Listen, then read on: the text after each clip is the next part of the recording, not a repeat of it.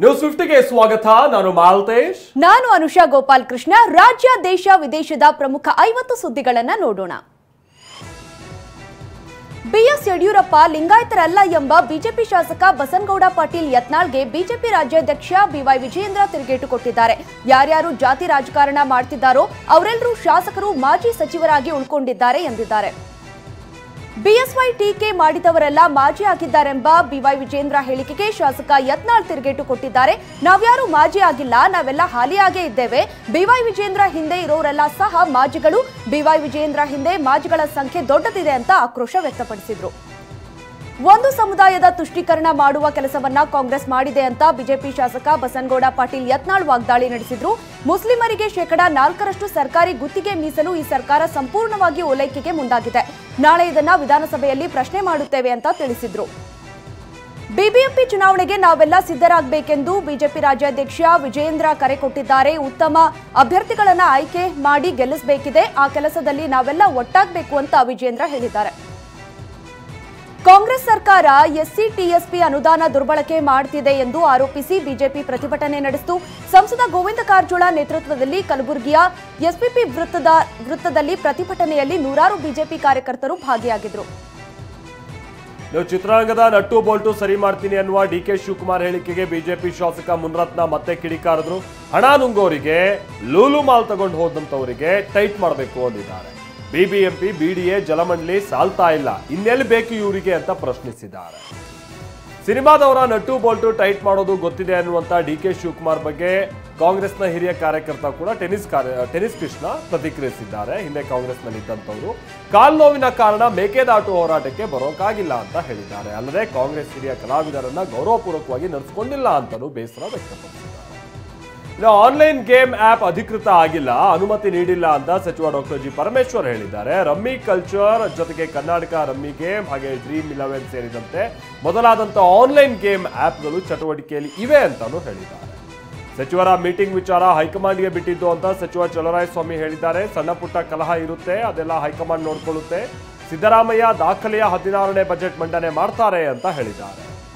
ಸರ್ಕಾರ ಪಾಪರಾಗಿದ್ದಕ್ಕೆ ದಲಿತರ ಹಣವನ್ನ ಗುಳುಂ ಮಾಡಲಾಗ್ತಾ ಇದೆ ಅಂತ ವಿಪಕ್ಷ ನಾಯಕ ಆರ್ ಅಶೋಕ್ ವಾಗ್ದಾಳಿ ನಡೆಸಿದ್ದಾರೆ. ಬೆಂಗಳೂರಿನ ಫ್ರೀಡಂ ಪಾರ್ಕ್ನಲ್ಲಿ ಮಾತನಾಡಿದ ಅಶೋಕ್, ಗ್ಯಾರಂಟಿ ಕೊಡೋದಕ್ಕೆ ಎಸ್ಸಿ ಎಸ್ಟಿ ಹಣವನ್ನ ಉಪಯೋಗಿಸ್ತಾ ಇದ್ದಾರೆ. ಭಿಕ್ಷೆ ಬೇಡೋ ಸ್ಥಿತಿಗೆ ಇವತ್ತು ಸಿಎಂ ಸಿದ್ದರಾಮಯ್ಯ ಬಂದಿದ್ದಾರೆ ಅಂತ ಕಿಡಿಕಾರಿದ್ದಾರೆ.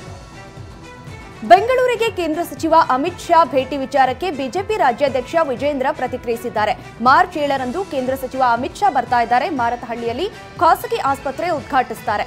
ಅದು ಬಿಟ್ಟು ರಾಜಕೀಯ ಕಾರ್ಯಕ್ರಮ ಯಾವುದೂ ಇಲ್ಲ ಎಂದಿದ್ದಾರೆ. ಟಿವಿ9 ನಿರಂತರ ವರದಿ ಬೆನ್ನಲ್ಲೇ ಪರಿಷತ್ನಲ್ಲೂ ಡೆಡ್ಲಿ ಇಡ್ಲಿಗೆ ಪ್ಲಾಸ್ಟಿಕ್ ಬಳಕೆ ವಿಚಾರ ಸದ್ದು ಮಾಡಿದೆ. ಶೂನ್ಯ ವೇಳೆಯಲ್ಲಿ ಎನ್ ರವಿಕುಮಾರ್ ವಿಷಯ ಪ್ರಸ್ತಾಪಿಸಿದ್ದಾರೆ. ಅಧಿಕಾರಿಗಳಿಗೆ ಈಗ ಗೊತ್ತಾಗಿದ್ಯಾ? ಇದು ಕೇವಲ ಕಣ್ಣೊರೆಸುವ ತಂತ್ರ. ಅಧಿಕಾರಿಗಳು ಹೋಟೆಲ್ ಮಾಲೀಕರ ಜೊತೆಗೆ ಶಾಮೀಲಾಗಿದ್ದಾರೆ ಅಂತ ಆರೋಪಿಸಿದ್ದಾರೆ. ಕಾಮಗಾರಿಗಳ ಗುತ್ತಿಗೆಯಲ್ಲಿ ಮುಸ್ಲಿಮರಿಗೆ ಮೀಸಲಾತಿ ವಿಚಾರದ ಬಗ್ಗೆ ಇಂದು ಸಂಪುಟ ಸಭೆಯಲ್ಲಿ ಚರ್ಚೆಯಾಗುವ ಸಾಧ್ಯತೆ ಇದೆ. ಬೈ ಎಲೆಕ್ಷನ್ ವೇಳೆ ಜಾರಿಗೆ ಮುಂದಾದ ಸರ್ಕಾರ ವಿರೋಧ ವ್ಯಕ್ತವಾಗ್ತಿದ್ದಂತೆ ಮುಂದೂಡಿತು. ಈಗ ಮಸೂದೆ ರೂಪದಲ್ಲಿ ಮುಸ್ಲಿಮರಿಗೆ ಮೀಸಲಾತಿ ತರೋದಕ್ಕೆ ಸರ್ಕಾರ ಚಿಂತನೆ ನಡೆಸಿದೆ. ಅಲ್ಪಸಂಖ್ಯಾತರನ್ನ ಓಲೈಸೋಕೆ ಸರ್ಕಾರ ಹೊರಟಿದೆ ಅಂತ ಬಿಜೆಪಿ ರಾಜ್ಯಾಧ್ಯಕ್ಷ ವಿಜಯೇಂದ್ರ ಕಿಡಿಕಾರಿದ್ದಾರೆ. ಅನೇಕ ಹಿಂದುಳಿದ ಸಮುದಾಯಗಳಿಗೆ ಆರ್ಥಿಕ ಶಕ್ತಿ ನೀಡಬೇಕಿತ್ತು. ವಿಪಕ್ಷದವರು ಏನೇ ಹೇಳಿದ್ರು ಇವರಿಗೆ ನಾಟೋದಿಲ್ಲ. ಹೀಗಾಗಿ ಜನರೇ ಇವರಿಗೆ ಪಾಠ ಕಲಿಸಬೇಕು ಅಂತ ವಾಗ್ದಾಳಿ ನಡೆಸಿದ್ರು. ಕಾಂಗ್ರೆಸ್ ಸರ್ಕಾರ ಬಾಯಿ ಬಡಾಯಿ ಸರ್ಕಾರ, ಅಭಿವೃದ್ಧಿ ಶೂನ್ಯ ಸರ್ಕಾರ ಅಂತ ಸಂಸದ ಗೋವಿಂದ ಕಾರಜೋಳ ವಾಗ್ದಾಳಿ ನಡೆಸಿದ್ದಾರೆ. 3400 ರೈತರು ಆತ್ಮಹತ್ಯೆ ಮಾಡಿಕೊಂಡಿದ್ದಾರೆ. 50 ಜನ ಹೆಣ್ಣು ಮಕ್ಕಳನ್ನ ರೇಪ್ ಮಾಡಿ ಕೊಲೆಗೈದಿದ್ದಾರೆ. 1100 ನವಜಾತ ಶಿಶುಗಳ ಸರ್ಕಾರಿ ಆಸ್ಪತ್ರೆಯಲ್ಲಿ ಮೃತಪಟ್ಟಿವೆ. ಹೀಗಾಗಿ ಸಿದ್ದರಾಮಯ್ಯ ಸರ್ಕಾರ ಕೆಟ್ಟ ಸರ್ಕಾರ ಅಂತ ಕಿಡಿಕಾರಿದ್ದಾರೆ. ರಾಜ್ಯದ ಅಭಿವೃದ್ಧಿ ವಿಚಾರವಾಗಿ ವಿಪಕ್ಷಗಳ ಟೀಕೆಗೆ ಸಚಿವ ಚಲರಾಯಸ್ವಾಮಿ ತಿರುಗೇಟನ್ನ ಕೊಟ್ಟಿದ್ದಾರೆ. ಗ್ಯಾರಂಟಿಯ ಜೊತೆಗೆ ನಾವು ಅಭಿವೃದ್ಧಿ ಕೆಲಸವನ್ನು ಮಾಡ್ತಾ ಇದ್ದೀವಿ. ದೆಹಲಿಯಲ್ಲಿ ಇವ್ರು ಯಾಕೆ ಗ್ಯಾರಂಟಿ ಕೊಡಬೇಕಿತ್ತು? ಯಾವ್ದು ಒಳ್ಳೆಯದಿದೆಯೋ ಅದನ್ನು ಸ್ವೀಕರಿಸ್ತೀವಿ ಅಂತ ಹೇಳಿದ್ದಾರೆ. ಬೆಳಗಾವಿಯ ರಾಮದುರ್ಗ ಪಟ್ಟಣದಲ್ಲಿ ಚಿನ್ನದ ವ್ಯಾಪಾರಿ ಮನೆ ಬಾಗಿಲು ಮುರಿದು 1 ಕೋಟಿ ರೂಪಾಯಿ ಮೌಲ್ಯದ 1.2 ಅಂತ ಅಂದ್ರೆ 1 ಕೆಜಿ 200 ಗ್ರಾಮ್ ಚಿನ್ನದ ಆಭರಣ ಕಳ್ಳತನ ಮಾಡಲಾಗಿದೆ. ಚಿನ್ನದ ವ್ಯಾಪಾರಿ ವೀರೇಶ್ ಫತೇಪುರ್ ಮನೆಯಲ್ಲಿ ಕಳ್ಳತನ ಮಾಡಲಾಗಿದ್ದು ಸ್ಥಳಕ್ಕೆ ಬೆರಳಚ್ಚು ಶ್ವಾನದಳದ ಸಿಬ್ಬಂದಿ ಭೇಟಿ ನೀಡಿ ಪರಿಶೀಲನೆ. ಡಿಆರ್ಐ ಅಧಿಕಾರಿಗಳಿಂದ ಅರೆಸ್ಟ್ ಆಗಿರುವಂತಹ ನಟಿ ರನ್ಯಾ ರಾವ್ ಬಳಿ ಈವರೆಗೂ ಚಿನ್ನ, ನಗದು ಸೇರಿದಂತೆ 17.29 ಕೋಟಿ ರೂಪಾಯಿ ಪತ್ತೆಯಾಗಿದೆ. ಏರ್ಪೋರ್ಟ್ ಬಳಿ 14.2 ಕೆಜಿ ಚಿನ್ನ ಪತ್ತೆಯಾಗಿತ್ತು. ನಟಿ ರನ್ಯಾ ಮನೆಯಲ್ಲಿ ಪರಿಶೀಲನೆ ವೇಳೆಯೂ 2.67 ಕೋಟಿ ನಗದು, 2.06 ಕೆಜಿಯಷ್ಟು ಚಿನ್ನ ಪತ್ತೆಯಾಗಿದೆ. ಈ ಬಗ್ಗೆ ಡಿಆರ್ಐ ಅಧಿಕಾರಿಗಳು ಮಾಧ್ಯಮ ಪ್ರಕಟಣೆ ನೀಡಿದ್ದಾರೆ. ಮನೆಗೆ ನುಗ್ಗಿ ಚಾಕುವಿನಿಂದ ಹಲ್ಲೆಗೆ ಯತ್ನಿಸಿ ಮಹಿಳೆ ಸರ ಕದ್ದು ದುಷ್ಕರ್ಮಿ ಎಸ್ಕೇಪ್ ಆಗಿದ್ದಾನೆ. ಚಾಮರಾಜನಗರ ಜಿಲ್ಲೆ ತೆರನಾಂಬಿಯಲ್ಲಿ ಘಟನೆ ನಡೆದಿದೆ. ದುಷ್ಕರ್ಮಿಗೆ ಪ್ರತಿರೋಧ ಹಿನ್ನೆಲೆ ಮಹಿಳೆ ಸೌಮ್ಯ ಕೈಗೆ ಗಾಯವಾಗಿದೆ. 40 ಗ್ರಾಂ ತೂಕದ ಮಂಗಲ್ಯ ಸರ ಕದ್ದು ಖದೀಮ ಕಾಲ್ಕಿತ್ತಿದ್ದಾನೆ. ತೆರಕಣಾಂಬಿ ಪೊಲೀಸ್ ಠಾಣೆಯಲ್ಲಿ ಪ್ರಕರಣ ದಾಖಲಾಗಿದೆ. ಬೆಳಗಾವಿಯ ಸದಾಶಿವನಗರದಲ್ಲಿ ಬಡ್ಡಿ ದಂಧೆಕೋರರ ಹಾವಳಿ ಹೆಚ್ಚಳ ಆಗಿದೆ. ಡ್ಯಾನಿ ಬೀಡಕರ್ ಎಂಬಾತನ ಬಳಿ ವಿಶ್ವಜಿತ್ 2 ಲಕ್ಷ ರೂಪಾಯಿ ಸಾಲ ಪಡೆದಿದ್ದಂತೆ. ಸಾಲದ ಹಣ ಪಾವತಿಸಿದ್ರು ಬಡ್ಡಿಗಾಗಿ ಪೀಡಿಸ್ತಾ ಇದ್ದ ಡ್ಯಾನಿ ವಿಶ್ವಜಿತ್ನನ್ನ ಕಿಡ್ನಾಪ್ ಮಾಡಿ ತೋಟದ ಮನೆಯಲ್ಲಿಟ್ಟು ಕಿರುಕುಳ ನೀಡ್ತಾ ಇದ್ದ ಅನ್ನೋ ಆರೋಪ ಕೇಳಿಬಂದಿದೆ. ಲಂಚ ಪಡಿತಾ ಇದ್ದ ಕಲಬುರಗಿ ತಾಲೂಕಿನ ಮೇಳಕುಂದ ಗ್ರಾಮ ಆಡಳಿತಾಧಿಕಾರಿ, ಗ್ರಾಮ ಸೇವಕ, ಲೋಕಾಯುಕ್ತ ಬಲೆಗೆ ರೆಡ್ ಹ್ಯಾಂಡ್ ಆಗಿ ಸಿಕ್ಬಿದ್ದಿದ್ದಾರೆ. 20,000 ಹಣ ಮುಂಗಡವಾಗಿ ಪಡಿತಾ ಇದ್ದಂತ ವಿಎ ಕಾಂತೇಶ್ ಹಾಗೆ ಗ್ರಾಮ ಸೇವಕ ಅಖ್ತರ್ ಪಟೇಲ್ ರೆಡ್ ಹ್ಯಾಂಡ್ ಆಗಿ ಸಿಕ್ಬಿದ್ದಿದ್ದಾರೆ. ಚಿಕ್ಕಮಗಳೂರಿನಲ್ಲಿ ಜಾಮಿಯಾ ಮಸೀದಿ ವರ್ಸಸ್ ನೆಲ್ಲೂರು ಮಠದ ಭೂ ವಿವಾದ ಮತ್ತೆ ಭುಗಿಲೆದ್ದಿದೆ. ವಕ್ಫ್ ಬೋರ್ಡ್ ಸೂಚನೆಯಂತೆ ಕಟ್ಟಡಗಳ ತೆರವುಗೊಳಿಸಿರುವುದರಿಂದ ಬಿಜೆಪಿ ಹಾಗೂ ಹಿಂದೂ ಸಂಘಟನೆಗಳು ಖಂಡಿಸಿವೆ. ಅಲ್ಲದೆ ಇದೇ ಸ್ಥಳದಲ್ಲೇ ಕಟ್ಟಡ ಕಟ್ಟುವ ಸವಾಲೆಸೆದಿದೆ. ನಗದು ರೂಪದಲ್ಲಿ 1 ಕೋಟಿ ಹಣ ಕೊಟ್ಟರೆ 1.2 ಕೋಟಿ ವೈಟ್ ಮನಿ ಅಕೌಂಟ್ಗೆ ಹಾಕೋದಾಗಿ ಹೇಳಿ ವಂಚಿಸಲು ಯತ್ನಿಸಿದ ಗ್ಯಾಂಗ್ ಅನ್ನ ಬಂಧಿಸುವಲ್ಲಿ ಬೆಂಗಳೂರು ವಿದ್ಯಾರಣ್ಯಪುರ ಪೊಲೀಸರು ಯಶಸ್ವಿಯಾಗಿದ್ದಾರೆ. ಬಂಧಿತರಿಂದ 98 ಲಕ್ಷ ಜಪ್ತಿ ಮಾಡಿದ್ದು, ಉಳಿದಿಬ್ಬರಿಗಾಗಿ ಶೋಧ ಕಾರ್ಯ ನಡೀತಾ ಇದೆ. ಉಡುಪಿಯಿಂದ ಕಾರವಾರದವರೆಗೂ ಆಳ ಸಮುದ್ರದಲ್ಲಿ ಲೈಟ್ ಫಿಶಿಂಗ್ ಎಗ್ಗಿಲ್ಲದೆ ನಡೀತಾ ಇದೆ. ಇದರಿಂದ ಸಾಂಪ್ರದಾಯಿಕ ಮೀನುಗಾರಿಕೆಯ ಆದಾಯಕ್ಕೆ ಪೆಟ್ಟು ಬಿದ್ದಿದೆ. ಈ ಬಗ್ಗೆ ಹಲವು ಬಾರಿ ಮನವಿ ಮಾಡಿದ್ರೂ ಕೂಡ ಅವೈಜ್ಞಾನಿಕ ಲೈಟ್ ಫಿಶಿಂಗ್ಗೆ ಬ್ರೇಕ್ ಬಿದ್ದಿಲ್ಲ ಅಂತ ಮೀನುಗಾರರು ಆಕ್ರೋಶ ವ್ಯಕ್ತಪಡಿಸಿದ್ದಾರೆ. ಬಾಗಲಕೋಟೆ ನವನಗರ 3ನೇ ಯೂನಿಟ್ ಕಾಮಗಾರಿ ಮಾಡಬೇಡಿ ಅಂತ ರೈತರು ಆಕ್ರೋಶ ವ್ಯಕ್ತಪಡಿಸಿದ್ದಾರೆ. ಪರಿಹಾರ ಹಣ ಕೈ ಸೇರಿಲ್ಲ, ಹಾಗಾಗಿ ಕಾಮಗಾರಿ ನಿಲ್ಲಿಸುವಂತೆ ಬಿಟಿಟಿಎ ಅಧಿಕಾರಿಗಳನ್ನ ತರಾಟೆಗೆ ತೆಗೆದುಕೊಂಡರು. ತಾಯಿ ಮತ್ತು ಮಕ್ಕಳ ಆಸ್ಪತ್ರೆಗೆ ಆಗ್ರಹಿಸಿ ಮೈಸೂರು ಟಿ ನರಸೀಪುರ ತಾಲೂಕಿನಲ್ಲಿ ವಿವಿಧ ಸಂಘಟನೆಗಳು ಪ್ರತಿಭಟನೆ ನಡೆಸಿದ್ವು. ತಹಸೀಲ್ದಾರ್ ಕಚೇರಿಯಿಂದ ಸಾರ್ವಜನಿಕರ ಆಸ್ಪತ್ರೆವರೆಗೆ ನಡೆದ ಜಾಥಾದಲ್ಲಿ ನೂರಾರು ಮಹಿಳೆಯರು ಭಾಗಿಯಾಗಿದ್ದರು. ಚಿತ್ರದುರ್ಗ ಮೊಳಕಾಲ್ಮೂರು ತಾಲೂಕಿನ ರಾಂಪುರ ಎಪಿಎಂಸಿ ಗೋದಾಮಿಗೆ ಆಕಸ್ಮಿಕ ಬೆಂಕಿ ತಗುಲಿ ಹೊತ್ತಿ ಉರಿದಿದೆ. ಗೋದಾಮಿನಲ್ಲಿದ್ದಂಥ ಲಕ್ಷಾಂತರ ಮೌಲ್ಯದ ಗೊಬ್ಬರ, ಹನಿ ನೀರಾವರಿಗೆ ಬಳಸುವಂತ ಪೈಪ್ಗಳು ಸುಟ್ಟು ಕರಕಲಾಗಿದೆ. ಬೀದರ್ ಬಾಲ್ಕಿ ಪಟ್ಟಣದ ಮುಖ್ಯ ರಸ್ತೆ ಪಕ್ಕದಲ್ಲಿ ಆಕಸ್ಮಿಕ ಬೆಂಕಿಗೆ ಐಚರ್ ವಾಹನ ಹೊತ್ತಿ ಉರಿದಿದೆ. ರಸ್ತೆ ಪಕ್ಕದಲ್ಲಿ ಅದು ಸಕ್ಕರೆ ಲೋಡ್ ಮಾಡೋದಕ್ಕೆ ಬೀದರ್ನಿಂದ ಮಹಾರಾಷ್ಟ್ರದ ಉದ್ಗೀರಿಗೆ ಐಚರ್ ವಾಹನ ಹೋಗ್ತಾ ಇತ್ತು. ಈ ಸಂದರ್ಭದಲ್ಲಿ ಅವಘಡ ಆಗಿದೆ.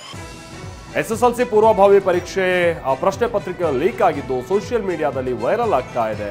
ಲಕ್ಷಾಂತರ ವಿದ್ಯಾರ್ಥಿಗಳ ಭವಿಷ್ಯದ ಜೊತೆ ಶಿಕ್ಷಣ ಇಲಾಖೆ ಚೆಲ್ಲಾಟ ಆಡ್ತಾ ಇದೆ ಅಂತ ಆಕ್ರೋಶ ವ್ಯಕ್ತವಾಗ್ತಾ ಇದೆ. ಚಿಕ್ಕಮಗಳೂರು ಮೂಡಿಗೆರೆ ತಾಲೂಕಿನ ನಿಡುವಾಳೆ ಗ್ರಾಮ ಪಂಚಾಯತ್ ಉಪಾಧ್ಯಕ್ಷ ನವೀನ್ ಹಕ್ಕುಪತ್ರಕ್ಕಾಗಿ ಅರಬೆತ್ತಲೆಯಾಗಿ ಪಾದಯಾತ್ರೆ ನಡೆಸಿದ್ರು. ಸುಮಾರು 50ಕ್ಕೂ ಹೆಚ್ಚು ಜನರು ಹಕ್ಕುಪತ್ರಕ್ಕಾಗಿ 20 ಮನೆಗಳ ಮಣ್ಣನ್ನ ಪಡೆದು ತಲೆ ಮೇಲೆ ಹೊತ್ತು ಪಾದಯಾತ್ರೆ ನಡೆಸಿದ್ರು. ಗದಗ ಮುಂಡರ್ಗಿ ತಾಲೂಕು ಘೋಷಣೆಯಾಗಿ 2 ದಶಕಗಳಾದ್ರೂ ಒಂದು ಸರ್ಕಾರಿ ಪ್ರೌಢಶಾಲೆ ಇಲ್ಲ ಅಂತ ಉಪವಾಸ ಸತ್ಯಾಗ್ರಹ ನಡೆಸಲಾಗ್ತಾ ಇದೆ. ಈ ಬಾರಿಯ ಬಜೆಟ್ನಲ್ಲಿ ಪ್ರೌಢಶಾಲೆ ಮಂಜೂರು ಮಾಡಬೇಕು, ಇಲ್ಲವಾದ್ರೆ ತಾಲೂಕು ತಹಸೀಲ್ದಾರ್ ಕಚೇರಿ ಮುಂದೆ ಉಪವಾಸ ಸತ್ಯಾಗ್ರಹ ಮುಂದುವರೆಸುವುದಾಗಿ ಆಕ್ರೋಶ ವ್ಯಕ್ತಪಡಿಸಿದ್ದಾರೆ. ಕ್ಷೇತ್ರಗಳ ಮರು ವಿಂಗಡಣೆ ವಿರುದ್ಧ ಇಂದು ತಮಿಳುನಾಡು ಸರ್ವಪಕ್ಷ ಸಭೆ ನಡೆಯಿತು. ಈ ಸಭೆಯಲ್ಲಿ ಮುಂದಿನ 30 ವರ್ಷ ಯಾವುದೇ ಕ್ಷೇತ್ರ ಮರು ವಿಂಗಡಣೆ ಮಾಡೋದು ಬೇಡ ಅಂತ ತೀರ್ಮಾನಿಸಿದೆ. ಕ್ಷೇತ್ರ ಮರು ವಿಂಗಡಣೆಯಲ್ಲಿ ದಕ್ಷಿಣ ರಾಜ್ಯಗಳಿಗೆ ಅನ್ಯಾಯ ವಿಚಾರಕ್ಕೆ ತಮಿಳು ನಟ ತಮಿಳಗ ವೆಟ್ರಿ ಕಳಗಂ ಮುಖ್ಯಸ್ಥ ವಿಜಯ್ ಟ್ವೀಟ್ ಮಾಡಿದ್ದಾರೆ.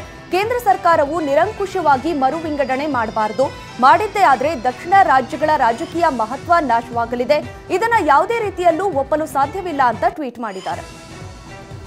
ಬಿಎಸ್ಪಿ ಅಧಿನಾಯಕಿ ಮಾಯಾವತಿ ತಮ್ಮ ಸಹೋದರ ಆನಂದ್ ಕುಮಾರ್ ಅವರನ್ನ ಬಿಎಸ್ಪಿ ರಾಷ್ಟ್ರೀಯ ಸಂಯೋಜಕ ಹುದ್ದೆಯಿಂದ ಕೆಳಗಿಳಿಸಿದ್ದಾರೆ. ಈ ಸ್ಥಾನಕ್ಕೆ ರಣಧೀರ್ ಬೆನಿವಾಲ್ ಅವರನ್ನ ನೇಮಕ ಮಾಡಿ ಮಾಯಾವತಿ ಆದೇಶ ಹೊರಡಿಸಿದ್ದಾರೆ. 2 ದಿನಗಳ ಹಿಂದೆ ಸೋದರಳಿಯ ಆಕಾಶ್ ಆನಂದ್ನನ್ನ ಪಕ್ಷದಿಂದ ವಜಾಗೊಳಿಸಿದ್ರು. ನಟಿ ರಕ್ಷಿತಾ ಪ್ರೇಮ್ ಸಹೋದರ ರಾಣಾ ನಟನೆಯ ಸಿನಿಮಾ ಚಿತ್ರೀಕರಣವನ್ನು ಅರಣ್ಯ ಇಲಾಖಾ ಸಿಬ್ಬಂದಿ ಸ್ಥಗಿತಗೊಳಿಸಿದ್ದಾರೆ. ವನ್ಯಜೀವಿಗಳಿರುವಂತಹ ತುಮಕೂರಿನ ಪ್ರಸಿದ್ಧ ನಾಮದ ಚಿಲುಮೆ ಗೇಟ್ ಬಳಿ ಚಿತ್ರೀಕರಣ ನಡೀತಾ ಇತ್ತು. ಈ ವೇಳೆ ಸಹಾಯಕ ಅರಣ್ಯ ಸಂರಕ್ಷಣಾಧಿಕಾರಿಗಳು ದಾಳಿ ನಡೆಸಿ ಲೈಟ್, ಅಡುಗೆ ಸಾಮಗ್ರಿಗಳು, ಚೇರ್ಗಳು, ಟಿಟಿ ವಾಹನವನ್ನು ಸೀಸ್ ಮಾಡಿದ್ದಾರೆ. ಲಿಂಗಾಯತ ಸಮುದಾಯಕ್ಕೆ ರ್ಯಾಪರ್ ಕರಣ್ ಅಪಮಾನ ಮಾಡಿದ್ದಾರೆ ಅಂತ ಅಖಿಲ ಭಾರತ ವೀರಶೈವ ಮಹಾಸಭಾ ಪೊಲೀಸರಿಗೆ ದೂರು ಕೊಟ್ಟಿದೆ. ರ್ಯಾಪರ್ ಕರಣ್ ಲಿಂಗಾಯತ ಸಮುದಾಯದ ವಿರುದ್ಧ ಆಕ್ಷೇಪಾರ್ಹ ಪದ ಬಳಸಿದ್ದಾರೆ ಅಂತ ಬೆಂಗಳೂರಿನ ಸದಾಶಿವನಗರ ಠಾಣೆಗೆ ದೂರನ್ನ ಕೊಟ್ಟಿದ್ದಾರೆ. ಏಕದಿನ ಕ್ರಿಕೆಟ್ಗೆ ಆಸ್ಟ್ರೇಲಿಯಾದ ಖ್ಯಾತ ಆಟಗಾರ ಸ್ಟೀವ್ ಸ್ಮಿತ್ ನಿವೃತ್ತಿ ಘೋಷಣೆ ಮಾಡಿದ್ದಾರೆ. ಚಾಂಪಿಯನ್ಸ್ ಟ್ರೋಫಿ ಸೆಮಿಫೈನಲ್ ಪಂದ್ಯದಿಂದ ಆಸ್ಟ್ರೇಲಿಯಾ ಹೊರಬಿದ್ದ ಕೆಲವೇ ಗಂಟೆಗಳಲ್ಲೇ ನಿವೃತ್ತಿ ಪ್ರಕಟಿಸಿದ್ದಾರೆ. 2010ರಲ್ಲಿ ಏಕದಿನ ಕ್ರಿಕೆಟ್ಗೆ ಪದಾರ್ಪಣೆ ಮಾಡಿದ್ದಂಥ ಸ್ಟೀವ್ ಸ್ಮಿತ್ 170 ಏಕದಿನ ಪಂದ್ಯಗಳನ್ನಾಡಿ 5800 ರನ್ ಅನ್ನು ಕಲೆ ಹಾಕಿದ್ದಾರೆ.